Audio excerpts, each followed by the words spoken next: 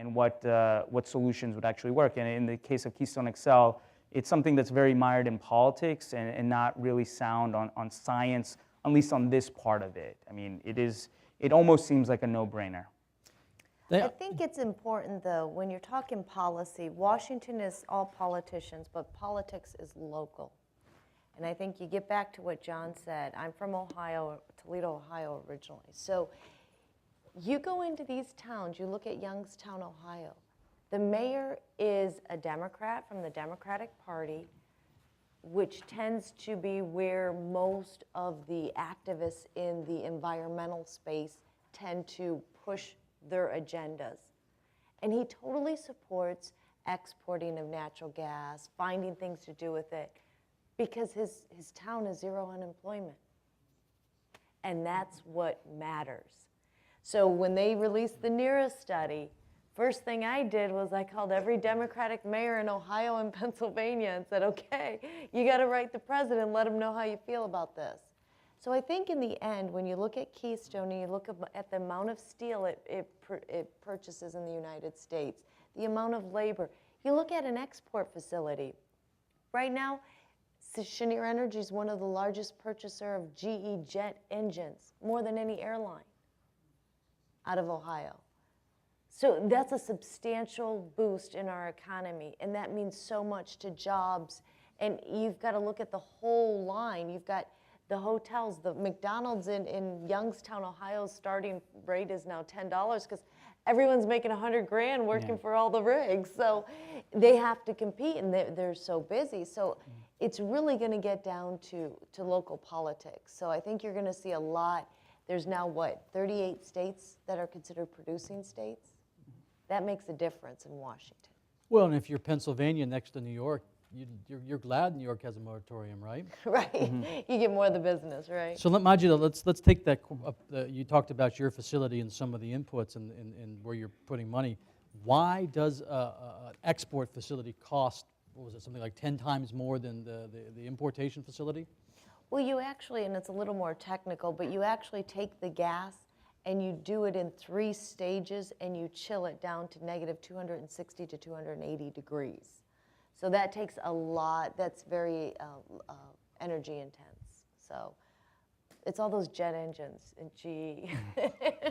Well, that's great. I think we have someone here from GE today, so that's fantastic. There you go. Oh, they've been very supportive. So GE and Cheniere and all our suppliers are very active. And that's what you're seeing. You see in politics, and all of this is the political game in Washington, the National Association of Manufacturers, which is the largest association in Washington that caters to the manufacturing industry, is very supportive because you have the jet engines, you have the steel that we have to purchase, you have all these different components. They have all their company, member companies coming to them saying, we need to make this happen and make it happen quickly, because that guy in Pennsylvania who's now making $110,000 a year, he's not giving up his job. That's not an option. He's not going back to making $30,000 to $40,000 a year. So he's going to do all that he can to make that happen for him. So I think that's a perfect segue to a question about the royalties. John, because we have this economic windfall, and a lot of it's derived from, you talked about a 25% royalty rate. Explain a little bit about that, where that number comes from, is it regulated, how it gets determined, and what makes it up, and how it gets paid out. Just run through that if you could. Well, it really varies by area, first of all, because some states have different de facto royalty rates, some have royalty minimums. It's also negotiable. So if you're a landowner and you want to negotiate over the bonus bid for the lease and you want to negotiate for the royalties, I mean, all contracts are negotiable and so on. It is unique in the United States in that you can own subsurface minerals where most of the world you can't. It clearly is paid when the gas is produced, and then it's net of certain costs, so that you're paid not on the gross value of the gas extracted, but it's net of certain costs and so on. And then the rest of the contracts can get incredibly complex depending on whether you have an attorney write that and so on. But suffice to say, those royalty checks are huge. Is 25% the typical or sort of high? Well, it's probably the highest level, but it can be 1/8. It just depends on the locality and so on. You can't uniformly say it, and it's all negotiable and so on. But it clearly is wonderful. As I was talking to the congressman from Western Pennsylvania, G.T. Thompson, he said, you know, I know we're improving when I drive through this really poor area of northern Pennsylvania and you see a new John Deere tractor because they're saving the farm. Way to come full circle. I like that. I like that. We've got a couple questions, and then we're going to have a cocktail. So I've saved a couple here for the end. I want to get, especially Aakash and John, come back to this discussion of the supply curve. You talked about how somebody wants to know how flat is the quote-unquote shale supply curve, and they want you to sort of come back to some of the things you've said in our discussion so far and talk a little bit more. So John, if you could start, and then Aakash. Sure. And Majida, feel free to jump in on the shale supply curve too, please. No, go ahead. If you look at the drilling data, of course, you had a big decline in drilling for gas when you hit $1.90, clearly. But what was interesting is all the way through the end of 2012, even the fourth quarter, you still saw exploratory drilling, quite strong. And so what it tells you, there's a lot of gas sitting there that is waiting for perhaps a higher price, or maybe it's just infrastructure. Maybe it's just getting some pipes there, and so if you can get these pipes connected, the gathering lines, whatever, there's the prospect of a lot of gas out there. And I was just talking with somebody who was flying over northern Pennsylvania, and you look down and you see all that stuff that's developing.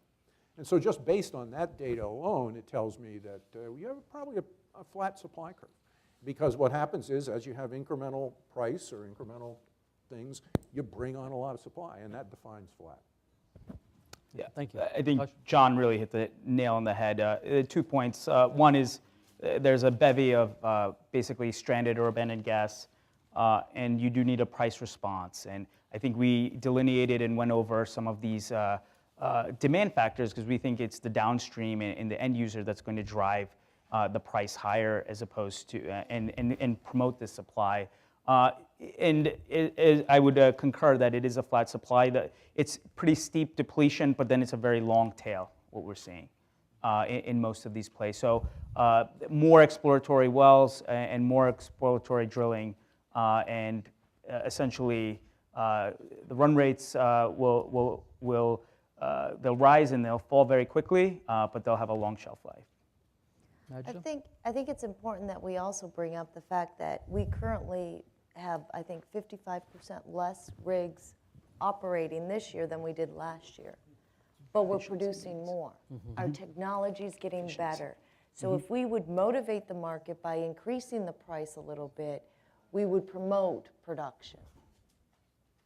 So I think that we do have to get the demand up in order to get more producing. But our rig count is actually technically lower. I'm going to put you all on the spot. I'm going to ask you, which country in Latin America is most likely in the near to medium term to replicate some of what we've just talked about for over an hour here in the U.S.? Choose a country. I'm going to put you on the spot. Which country is, we know the reserve potential. 10 years ago, we all went to conferences where the LNG import terminal map was what we looked at all day and night. Now we go to conferences and we look at the EIA study from 2 years ago that shows the reserve potential, well, I'm talking about Latin America. What country, Aakash, is going to be the leader in Latin America, unconventional? Great. All right, and I'll get to say, I like the way you lean back to answer this one. It's, far being. I think 2 countries that could really come out here could be Mexico and in Brazil to a degree. And actually surprised that there haven't been more partnerships, because it does not need to be Anglo-Dutch. It can be Petrobras partnering up with Pemex and going in ultra-deepwater Gulf of Mexico. But we do think there's openness and new leadership within the Mexican regime that has signed with the U.S. Department of Interior, U.S. Department of State, several exploratory / let's share regulation of this area. Let's look at the Gulf of Mexico and find out, kind of what the capacity is, like joint academic studies. And And what it really needs is there needs to be more capital invested there in Mexico, and they need partnerships with the larger Western companies or some NOCs, even locally, like I said, Petrobras, to really be able to get out of its disappointing supply performance, for lack of a better word, and to really break through the 2.5 million barrel a day mark, and to frankly reach its potential at 3 to 3.5 towards the later part of this decade. And you know, Pemex is what, 8 to 10% of government revenue there. So it's something I think. Well, Pardon? Pemex is about a third of the Treasury receives from Pemex. But the size of Pemex itself is. As a percentage of GDP, or what do you? I'm not sure. In terms of what the government collects. Collects as a receipt. Okay, it's a third. Okay, apologies on the misspoke there. So obviously the government is going to pay very close attention to it, and that's an upside. And then of course, as John was mentioning earlier, in offshore Brazil is a huge potential as well. Colombia, we see a lot of infrastructure issues there of getting oil out to the port. So that's something that affects its agriculture sector as well, particularly coffee beans and coffee growers there have complained about access points getting out to the coast. But I would say Mexico and Brazil. Brazil and Mexico. Yeah. Okay. Aakash, Doshi, Brazil and Mexico. Majida, Mourad, Cheniere Energy. I have a lot of friends in Latin America, and I refuse to upset any of them. Oh, man, awesome. I will tell you this much, though. I spent many years heading up the International Energy Department at the Department of Energy. And I worked very extensively with Latin America, and it's up to the countries. And by that, I mean working and teaming up and doing partnerships and coming forward. I mean, Calderon was energy minister when I was at the Department of Energy. So we worked with some great people, and we set up dialogues, exchanging of technologies, and looking at ways to utilize the IDB and the World Bank and whatnot to finalize the deals and partnering together to increase the purchase amount that we would provide. So it's really up to the individual countries and how they want to position themselves. So I'm going to put the ownership back on everybody in the room. It's all gone. All right, John, help me out here. I'm trying to wrap this thing up a little. Okay, Yeah. first of all, where it's not going to be. Ecuador and Bolivia. It's just not going to be there. Argentina has an opportunity that is tremendous in terms of if we can get beyond what happened with expropriation. Peru has actually got some interesting things. I was just there, and you know they're opening up some blocks. The resources are starting to become, so that's kind of a new area. But the one area that actually I think fascinating that could be just a huge development in Latin America is Britain. Everybody get it? The Falklands. Yeah. Mm-hmm. You know, There are some Argentines here, so Understood. I don't know if you're going to stay for the cocktail and dinner, but just okay. Understood. See why I took my position? No. Good thing we didn't have the vuvuzelas here. We would. But in any case, I think you've got, again, the real trade-off of resources versus institutional challenges, as was mentioned. And, you know, hopefully these folks, even Venezuela, you know, will see that this is some tremendous opportunity for the people of these countries. Absolutely. And let's get beyond this. Let's recognize what can happen in terms of development, what it'll mean for each country's employment, your revenue situation, and your own energy security. And so I would just hope that all the countries involved step back, take a look at it, and say, well, you may have short-term gains in certain areas. Long-term, you're not doing the right choice for your folks. Absolutely. We've got two countries, Colombia and Chile, that are going to be part of the opening plenary tomorrow, the oil and gas plenary. So we'll throw those in the mix here to talk about tomorrow. I want to invite you all to make any final remarks, and we're going to try and wrap this and get outside for some drinks. So just very briefly, just to expand on the Mexican point as well, one point I also wanted to mention, and the reason I said why they need to be more flexible and open, which they haven't been, is if they benefit from being a NAFTA country. So earlier I outlined how Pemex could be in a real bind with WCS coming down to the US Gulf Coast, and Pemex doesn't have a destination. The Maya barrels getting hit by WCS barrels. But an alternative is, being that they're a free trade country, and we basically only export right now to Canada, is why couldn't Pemex, with the right infrastructure investment, change or add refining assets there, and perhaps take and offshoot some of the U.S. light sweet, for example, and be able to push out their sour to another export market. So there's a lot of opportunity there, and being a North American Free Trade Agreement country, they benefit from those advantages. Majida, final comments?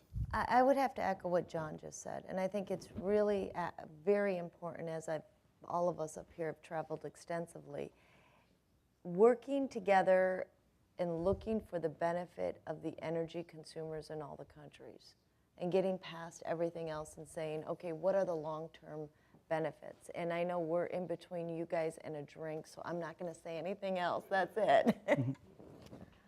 I would just close by saying it's really an amazing, in terms of thinking about trade impacts and touched on earlier, the mixture that we've seen in terms of development of light sweet crude that is a mismatch with the refinery capabilities. So South Texas that can't, and with a lack of pipeline capacity to move it around, and as you mentioned, Jones Act, exports of this stuff make a lot of sense.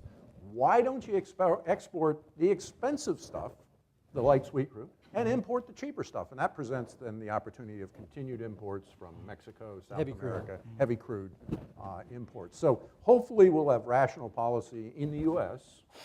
that does that. That's the newsmaker of the day. But you know, right now, in terms of everything in Washington with the revelations of the last couple weeks of what's going on, there's little reason to believe that a lot's going to be accomplished.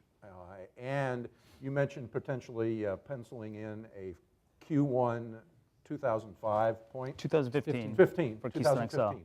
What's real important about that? It's beyond the midterm elections. Thank God. And because right now, the Keystone XL is really a fight between two important supporting groups of the president. The unions, who are very, very strongly supportive of it, and the environmental community that's opposed. And so to make a decision, one versus the other, before an election is always a challenge. Well, thank you, John, Majida, Aakash. Thank you so much. Thank you.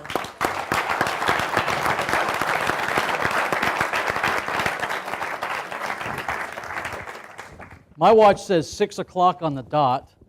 I'd like to invite everyone out here. We've ordered a nice sunset. I don't know what's happened in the last hour and 20 minutes or so, but it was beautiful when we came in here. Let's go have a drink, and we'll spend about an hour on the plaza, and then we'll invite everyone into the Weaver Center for dinner. Thank you all so much.